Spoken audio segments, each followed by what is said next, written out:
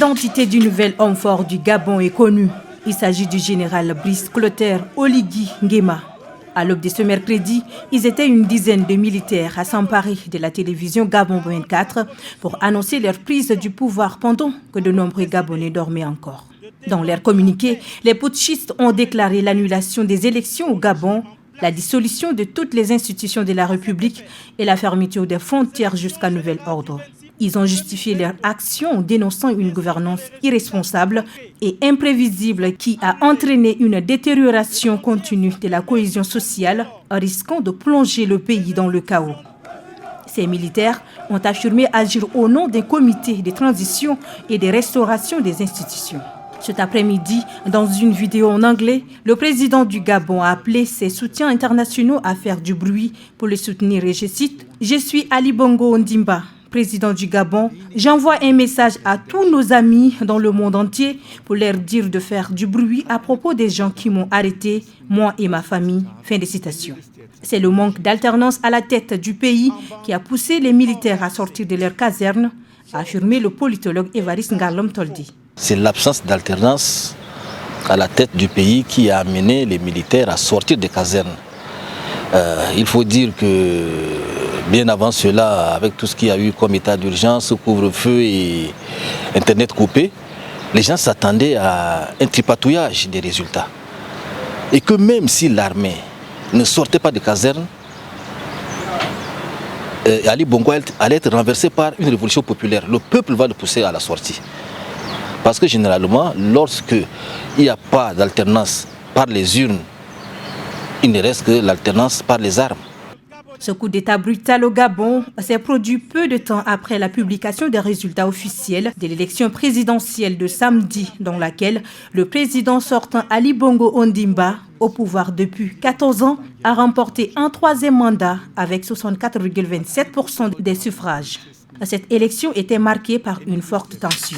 Sensibiliser la population tchadienne sur l'importance de l'enrôlement au fichier électoral afin de choisir la forme de l'État au moment opportun est l'ultime but de cette campagne lancée par le Bloc fédéral. À travers cette campagne, le Bloc veut s'assurer que les citoyens aient leur carte d'électeur, de montrer à la face du monde que le peuple tchadien aspire à une gouvernance fédérale. Nous prenons l'opinion nationale et internationale à témoin de tout ce qui adviendra tout simplement.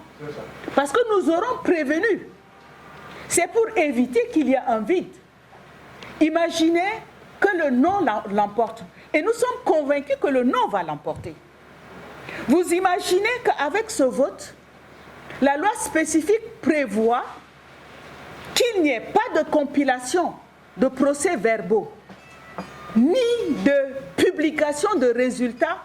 Selon Djelassomo Donengbaye Félix, l'État fédéral est une alternative fiable pour pallier les maux dont souffre les Tchadiens. Le maître mot ce matin, c'est de sortir et se faire recenser. Le maître mot ce matin, c'est de détenir sa carte. Donc allons-y, allez-y, que chacun soit prêt. Parce qu'il est question ici d'un avenir collectif, il est question d'un destin commun. Et quelqu'un a dit, la chose la plus sacrée, c'est effectivement le destin commun. Conscient que la fédération n'est guère synonyme de la scission, l'homme appelle la jeunesse à sortir massivement pour se faire enrôler. Il faut préciser que cette campagne succède la tournée de sensibilisation sur l'enrôlement au fichier électoral et les avantages de l'État fédéral dans le Tchad profond. Constater l'état désastreux dans lequel se trouve l'école tchadienne est l'objet de cette visite. Rien à dire. L'école tchadienne est moribonde. Ici, c'est l'école officielle de Dembé. Portes et fenêtres arrachées. Table-banc quasi inexistant. La réalité de cette école laisse pantois. Pourtant, la situation n'est pas nouvelle. Ça a été toujours comme ça à Dembé. Ce n'est pas une situation récente. Ça a été toujours comme ça. Moi, j'ai trouvé comme ça. On essaye d'améliorer là où on est. On essaye de voir ce qu'il faut faire de mieux pour avancer dans cette situation. Mais sinon, ça a toujours été comme ça. On a la responsabilité, les parents aussi, et la société a une grande partie de responsabilité aussi.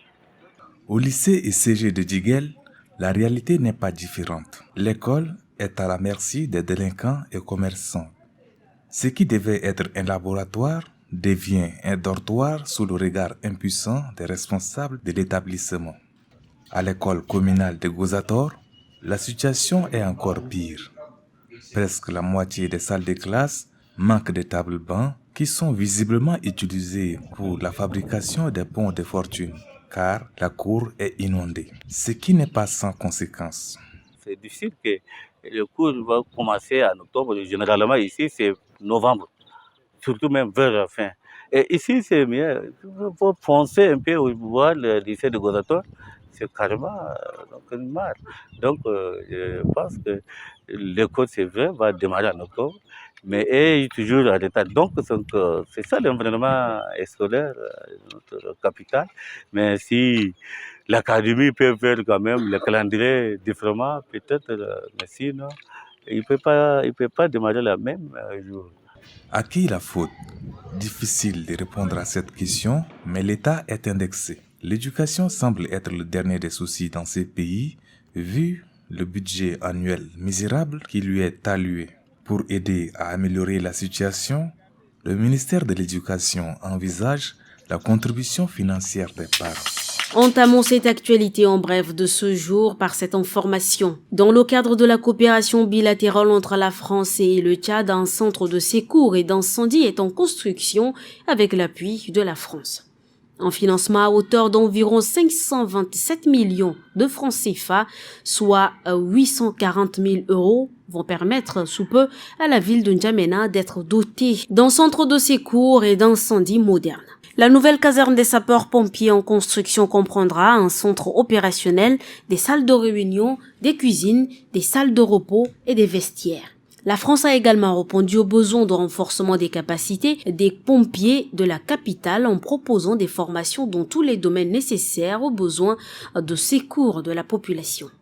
L'Organisation internationale pour les migrations OIM estime que plus de 400 000 personnes ont traversé la frontière vers le Tchad depuis le début de la guerre au Soudan. C'est à travers un rapport des indicateurs de gouvernance des migrations rendu public le 29 août 2023.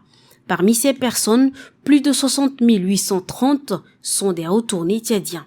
L'organisation onusienne s'attend à ce que ce nombre passe à 80 000 dans les semaines à venir.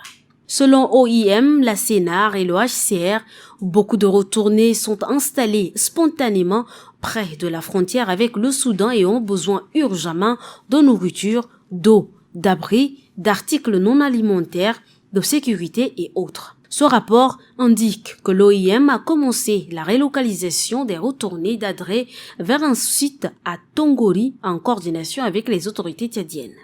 Vladimir Poutine se fera représenter au prochain sommet du G20 qui se déroulera les 9 et 10 septembre en Inde. L'information a été confirmée par le Premier ministre indien Narendra Modi. Les 9 et 10 septembre prochains, la ville de New Delhi en Inde accueillera le sommet du G20, les 20 premières puissances économiques mondiales dont la Fédération de Russie en fait partie. Mais le président russe ne sera pas présent à ce sommet. Après le sommet des BRICS en Afrique du Sud, celui du G20 est le deuxième en un mois auquel Poutine ne prendra pas part. Le président russe est poursuivi par un mandat d'arrêt international de la Cour pénale internationale CPI. Toutefois, l'Inde n'est pas un pays membre de la CPI.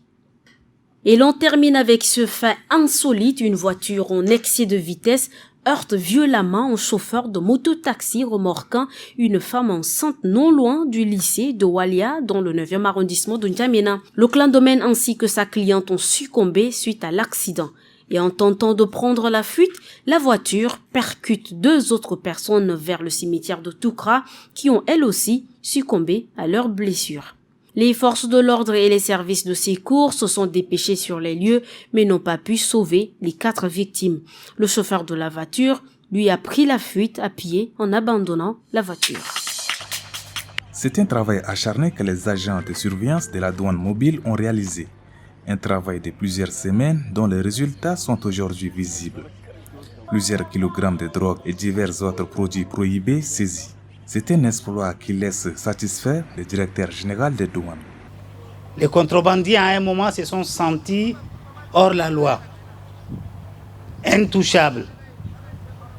Grâce à cette nouvelle dynamique, à cette nouvelle équipe de la direction de la surveillance de la répression de la fraude, les hommes qui constituent le secteur de Chari, Bagrimi, Hajar Lamis, ainsi tous les autres secteurs du Tchad. Nous avons ôté le sommeil à ces contrebandiers. Et on aimerait leur dire ceci: la douane ne croisera plus jamais les bras et la douane ne sera plus jamais complice des contrebandiers et la douane ne sera plus jamais un acteur qui tire vers le bas l'économie du Tchad. La satisfaction est grande, mais le combat est loin de finir. Déjà, l'on pense à redoubler d'efforts pour démanteler davantage les réseaux des trafiquants. Cette opération de grande envergure marque un pas important dans la lutte contre le trafic illégal des produits psychotropes. Il est 9 heures, l'heure à laquelle le directeur général de la SMT a ouvert cette cérémonie du lancement de la campagne de dépistage. Aujourd'hui, par cette action, nous voudrons montrer à tous, si besoin en est, que la société de manutention du Tchad est soucieuse, si vous voulez, de la santé des usagers du port sec de Nguéli. Avec garrot et aiguille, face aux techniciens médicaux, ces usagers font leur dépistage. C'est l'occasion aux différents chefs de service et directeurs généraux de montrer un bon exemple en se faisant dépister en première position. Certaines maladies qui sont en nous et qu'on n'est pas conscient, et plus le temps passe, plus ça se complique. Donc vraiment, nous tirons chapeau à la SMT qui nous donne cette opportunité, et surtout ça concerne ces maladies qui ces derniers temps dérangent vraiment la population.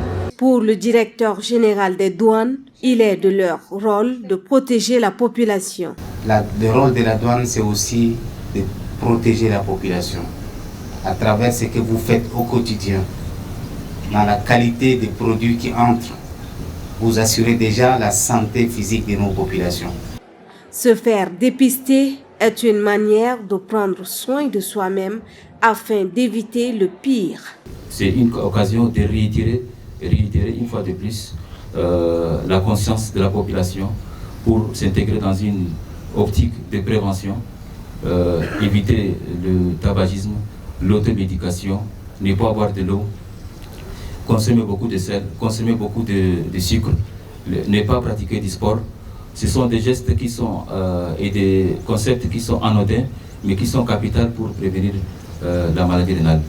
La société de manutention du Tchad, en plus de la manutention, l'entreposage des marchandises, la pesée des camions, la disposition des parcs automobiles sous douane, œuvre aussi en faveur de la population depuis 2009.